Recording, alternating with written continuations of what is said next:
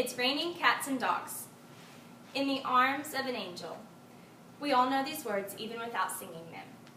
These words in Sam McLaughlin's ASPCA animal commercial strikes guilt and sadness into our hearts.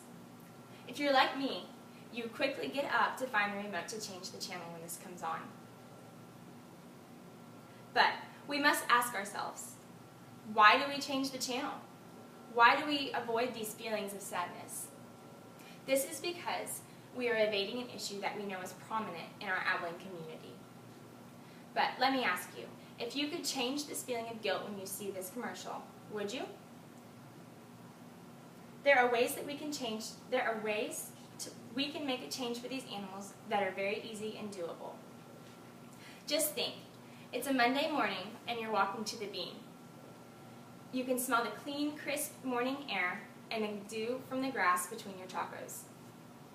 You suddenly look to your left and you see them, the feral cats of ACU. Looking hungrier than ever, I might add. Well, okay, you're right. It looks more like this. As you walk into the bean, you wonder, where do all these cats come from? They just seem to multiply overnight. Domestic animal overpopulation is a real problem in Abilene, especially in places such as local pounds and shelters. Overcrowded shelters produce many problems for cats and dogs. But through organizations that promote pet awareness, these problems can be easily resolved. In order to tell you how to fix the domestic animal overpopulation in Abilene, I must first explain the dangers. As a cat or dog, there are many problems of living in a pound or shelter. Firstly, when an animal brings in a disease to a shelter or pound, many of the other animals are likely to get it. In October of 2014, Rebecca Wilkes, Yung Long Sai, Pei Yu Ling, Li, Fu Qing Li, Hai Siu Fin Grace Chang, and Hua Tang Thomas Wang discussed what a popular disease in shelters is, distemper. This is expanded on in their article, Rapid and Sensitive Detection of Canine Distemper Virus 1 Tube Reverse, Description, Insulated Isothermal Polymerase Chain Reaction. The experts state that this virus isolation is difficult, highly contagious, and inevitably leads to death. I have experienced distemper firsthand with an animal. I adopted a kitten from the local shelter and named him Steve. After a couple days, I noticed that he was not as playful as he was in the beginning. I did not think much of it and went about my day.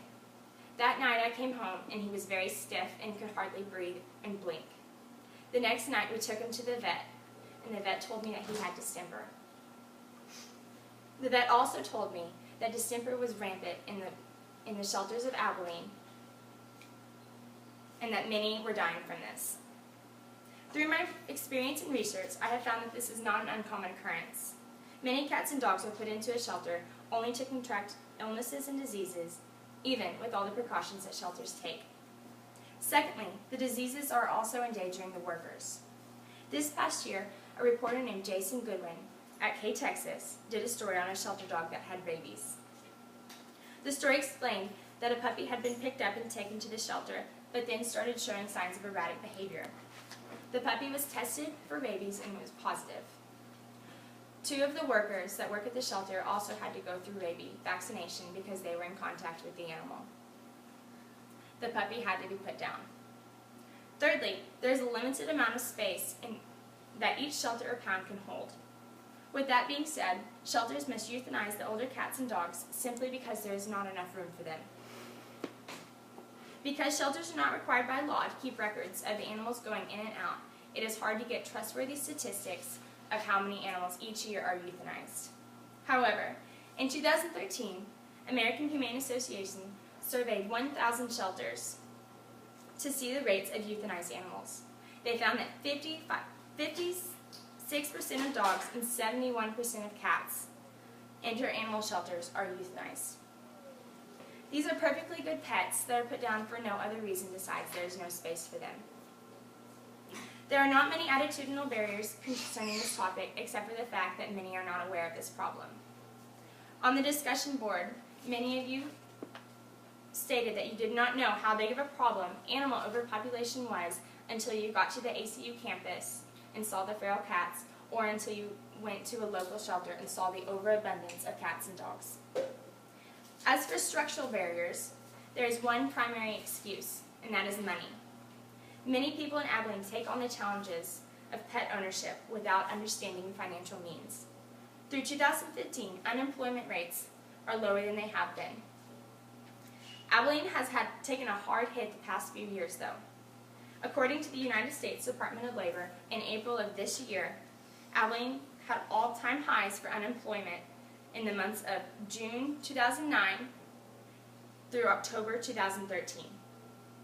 Now that we've discussed the causes of why there's an overabundance of domestic animals, we must look at a creative solution that can be used. The solution to this overpopulation of cats and dogs is not simply to adopt and neuter, but to also care and love for them.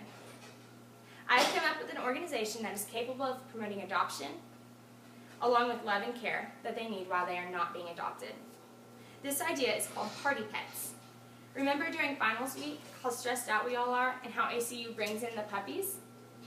This is like that idea, but without the stress of finals. Families and companies can rent party pets for birthday parties, graduation parties, or even just for fun. Local shelters would help provide the cats and the dogs for these parties. Through Party Pets, awareness of the plethora of domestic animals in Abilene will be raised, as well as money to build new and bigger shelters in order to house more animals. A company in New York has already implemented this type of organization. This business is called Puppy Party and allows people to rent puppies for all occasions, such as birthday parties, stress relief, Father's Day, office parties, and many more. The possibilities are endless. They have had a huge success. On Puppy Party's testimonial page, Rosia Nunes-Shea writes, "Thank you for all your help in getting our puppy party together yesterday. To say it was a hit was an understatement. Everyone went crazy over those sweet little pups." An organization like Party Pets would be easily implemented also. It would be a win-win situation for all parties by raising awareness and promoting adoption from the local shelters. Party Pets would also allow the animals to receive the love and the care while they are waiting for an adoption family.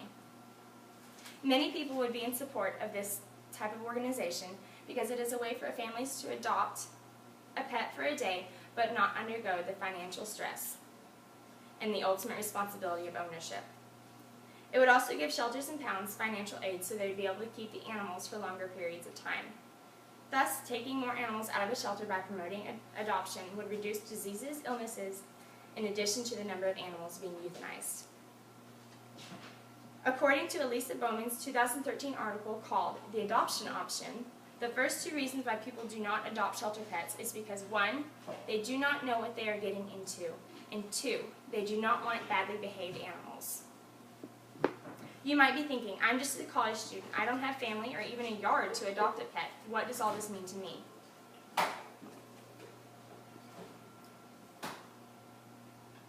Phil Arkmo says in his 2014 article called "The Impact of Companion Animals on the Social Capital and Community Violence, Setting Research, Policy, and Program Agendas" that animals have been described as an aspect of nature that have a calming effect on people.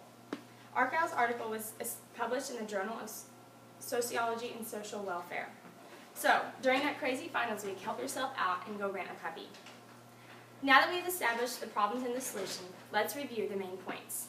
There are many problems in the Abilene community, but domestic animal overpopulation is a big one. Firstly, this can cause rampant illness through the shelters for both the cats and the dogs, but also humans. Secondly, overpopulated pounds and shelters forces perfectly good animals to be euthanized because of limited space. There is a solution for this, however. Through the organizations like Puppy Party and Party Pet, families and companies are able to adopt, as well as raise awareness and money. One can help in a few practical ways. 1, they can adopt from their local shelter, and 2, they can promote others' awareness through organizations like Party Pet and Puppy Party. Lastly, there is no more reason to feel bad when Sarah McClellan's ASPCA commercial comes on because you are helping make a difference. It only takes one voice to be the change. Be that voice. Smile.